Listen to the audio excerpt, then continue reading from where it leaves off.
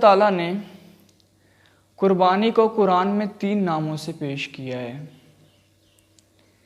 ایک نام نسب، دوسرا نام نہر اور تیسرا قربانی ہے۔ قربانی کی تاریخ اتنی ہی پرانی ہے جتنی حضرت انسان کی۔ قربانی کا قصہ تذکرہ اسی وقت شروع ہو گیا تھا جس وقت انسان اس دنیا اس کائنات میں بسا۔ جو ہمیں تاریخ میں پہلا قصہ قربانی کا ملتا ہے وہ آدم علیہ السلام کے 2 بیٹوں کا ہے، جن کا نام ہمیں قرآن حدیث میں تو نہیں بلکہ توریت میں ملتا ہے کہ ایک کا نام ہے حابیل اور دوسرے کا قابیل۔ حابیل جو بیٹا تھا اس نے مینڈا پیش کیا قربانی کے لیے، اور دوسرا جو قابیل بیٹا تھا اس نے کھیت کی کچھ گندم یا کچھ ایسی چیز پیش کی۔ اس وقت قربانی کے قبول ہونا اس طرح قبول ہوتی تھی کہ ایک میدان میں جا کے اس چیز کو رکھ دیا کرتے تھے جس چیز کو ہم نے اللہ کی راہ میں دینا ہے، اس سے اگر آگ آ کے اس پہ آگ گرتی اور اس کو اچک لیتی اور وہ چیز ختم ہو جاتی تو وہ قربانی قبول ہو جاتی، اور اگر کسی چیز کو آگ آ کے نہ اچکتی، اس پہ آگ نہ گرتی، اس کو آگ نہ کھا لیتی تو وہ قربانی گویا قبول نہیں ہوئی۔ تو اسی طرح حابیل نے بھی اپنی قربانی مینڈا پیش کیا اور قابیل نے بھی کھیتی کا کچھ سامان پیش کیا، تو حابیل کی قربانی اللہ نے قبول کر لی اور قابیل کی قربانی اللہ نے قبول نہیں کی۔ اور اسی طرح دوسرا ہمیں قصہ ملتا ہے حضرت ابراہیم علیہ السلام کا، کہ اللہ تعالیٰ نے حضرت ابراہیم علیہ السلام کو خواب میں دکھایا۔ حضرت ابراہیم علیہ السلام خواب میں دیکھتے ہیں کہ میں اپنے بیٹے کی گردن پہ چھری چلا رہا ہوں۔ ایک دن بھی دیکھا، دوسرے دن بھی دیکھا، تیسرے دن بھی دیکھا۔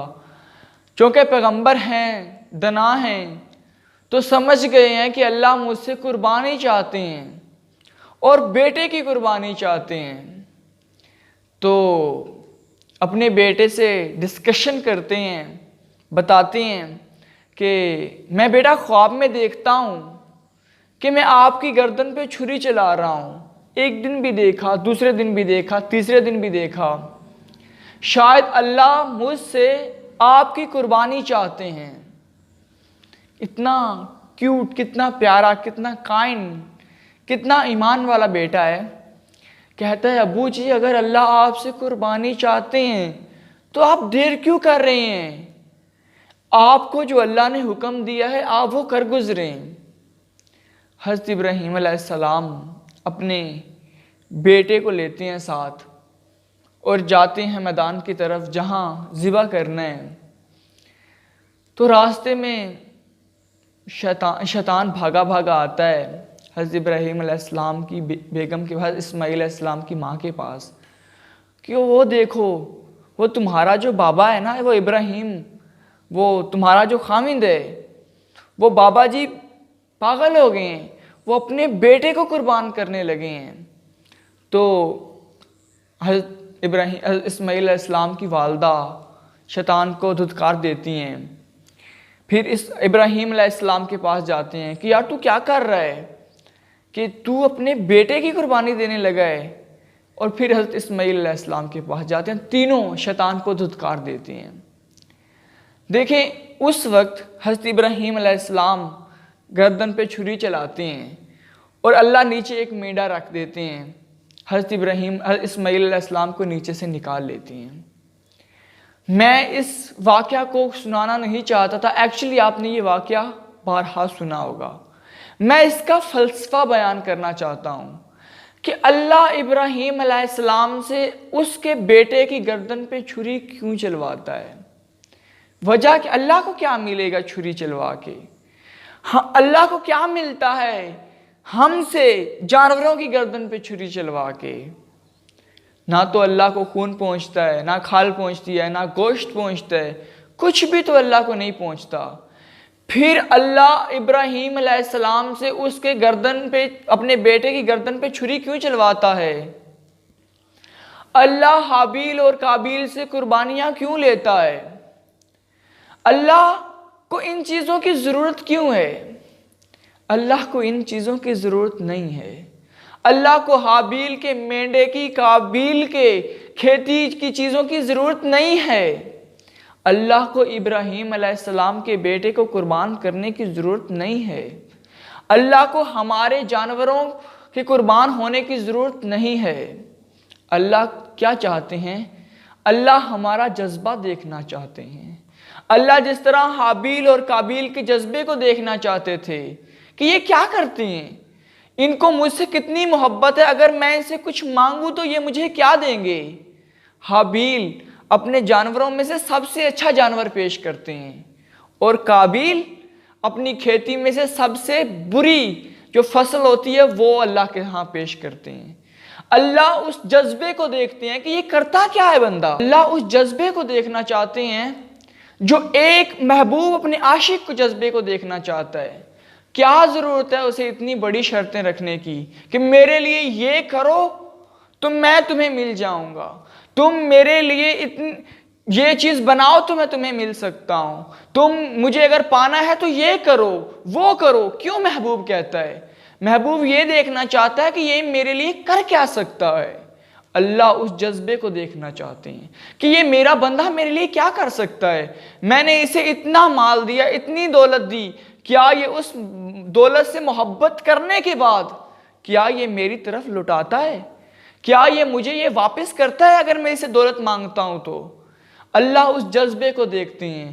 اللہ کو اس قربانی کی ضرورت نہیں ہے، اللہ کو اس خون کی ضرورت نہیں ہے، اس گوشت کی ضرورت نہیں ہے۔ یہ انسان اللہ کے لیے کیا کر سکتا ہے؟ یہ ایک چیونٹی کی حیثیت نہیں رکھتا خدا کے نزدیک ایک انسان۔ یہ انسان خدا کو کیا دے سکتا ہے؟ خدا اس انسان کا جذبہ دیکھتا ہے، یہ کیا کر سکتا ہے میرے لیے۔ ابراہیم علیہ السلام کا خدا نے جذبہ دیکھا کہ میں نے اسے بیٹا دیا ہے، کیا اگر میں اسے واپس مانگوں یہ مجھے واپس لوٹا سکتا ہے؟ ابراہیم علیہ السلام نے اس محبت اولاد کی کتنی ہوتی ہے، محبت بھی تھی لیکن خدا کی بھی محبت تھی۔ اللہ دیکھتے ہیں کہ بیٹے کی محبت خدا کی محبت کے اوپر غالب تو نہیں آ گئی، لیکن ابراہیم علیہ السلام یہ ثابت کرتے ہیں کہ نہیں، بیٹے کی محبت خدا کی محبت کے اوپر غالب نہیں آئی۔ اللہ آج ہم سے گائے بھینس مینڈے کی قربانی لے کے یہ دیکھنا چاہتے ہیں کہ یہ میری دولت کو، جو میں نے اسے خزانے دے رکھی ہیں، جو میں نے اسے دولت دے رکھی ہے، مال دے رکھا ہے، کیا یہ میں رب کی محبت کے اوپر ان کی محبت غالب تو نہیں آ گئی؟ اللہ ہم سے ہمارا جذبہ دیکھتا ہے۔ اللہ یہ نہیں دیکھتا کہ کسی کا جانور کتنا بڑا ہے، کسی کا جانور کتنا چھوٹا ہے۔